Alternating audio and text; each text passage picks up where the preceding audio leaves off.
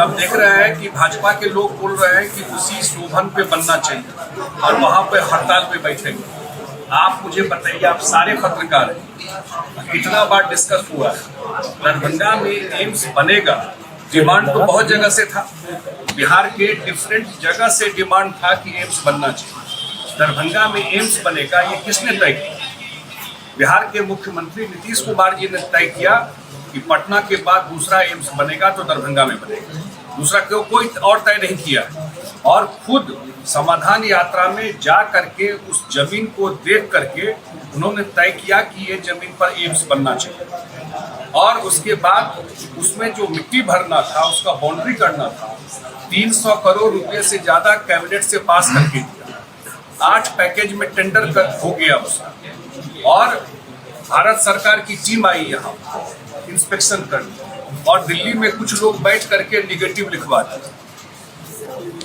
और हमारे जो डिप्टी सीएम है तेजस्वी यादव जी, स्वास्थ्य विभाग जिनके पास है, उन्होंने पत्र लिखा भारत सरकार, 2 पत्र लिखा। मैं शेयर करूंगा आप लोगों से कि भाई ये शोभन में, ये बिल्कुल हाईवे के बगल में है, एयरपोर्ट के नजदीक है, ग्रीनफील्ड एरिया है, हम पूरा डेवलप करके दे रहे हैं। तो अब मुझे ये बताइए कि जब उन्होंने वो एनओसी देंगे उसके बाद ही जमीन की भराई होगी, या 30-32 एकड़ जो और एक्वायर करना है वो एक्वायर किया जाए।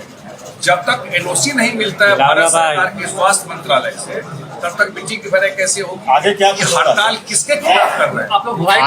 हड़ताल किसके खिलाफ कर रहे हैं? धरना पे जो बैठ रहे हैं, बिहार सरकार तो ऑलरेडी बोल रही कि यहाँ बनाना है, वहीं जाके धरना दे रहे हैं, बोल रहे हैं कि यही बनना चाहिए। तो हम ही लोग बोल रहे हैं, पहले से मुख्यमंत्री बोल रहे हैं कि यहाँ बनना चाहिए। आप लोग जाकर के कैंसिल करवा दिए दिल्ली से, और 1 साल लेट कराया। मिथिला में एक कहावत है, मैथिली में मैं बोल देता हूँ, लिखो अबैया नहीं, मिटबो अबैया दोनों हाथ से अबैया। मिटाना दोनों हाथ से आता है, लिखने नहीं आता। वही कहावत है।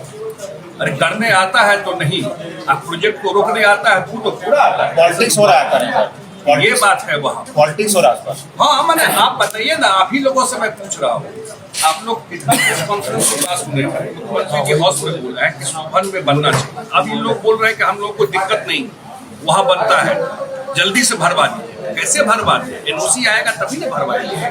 300 करोड़ रुपया जनता का पैसा है। आप कल हम भरवा दें, आप कहिए कि नहीं यहाँ नहीं बनाए, तो क्या होगा? आप एनओसी भिजवाएंगे स्वास्थ्य मंत्रालय भारत सरकार से। पहले तो प्रधानमंत्री जी को गुमराह कर दिए कि बन गया एम्स दरभंगा। देखे थे ना आप लोग,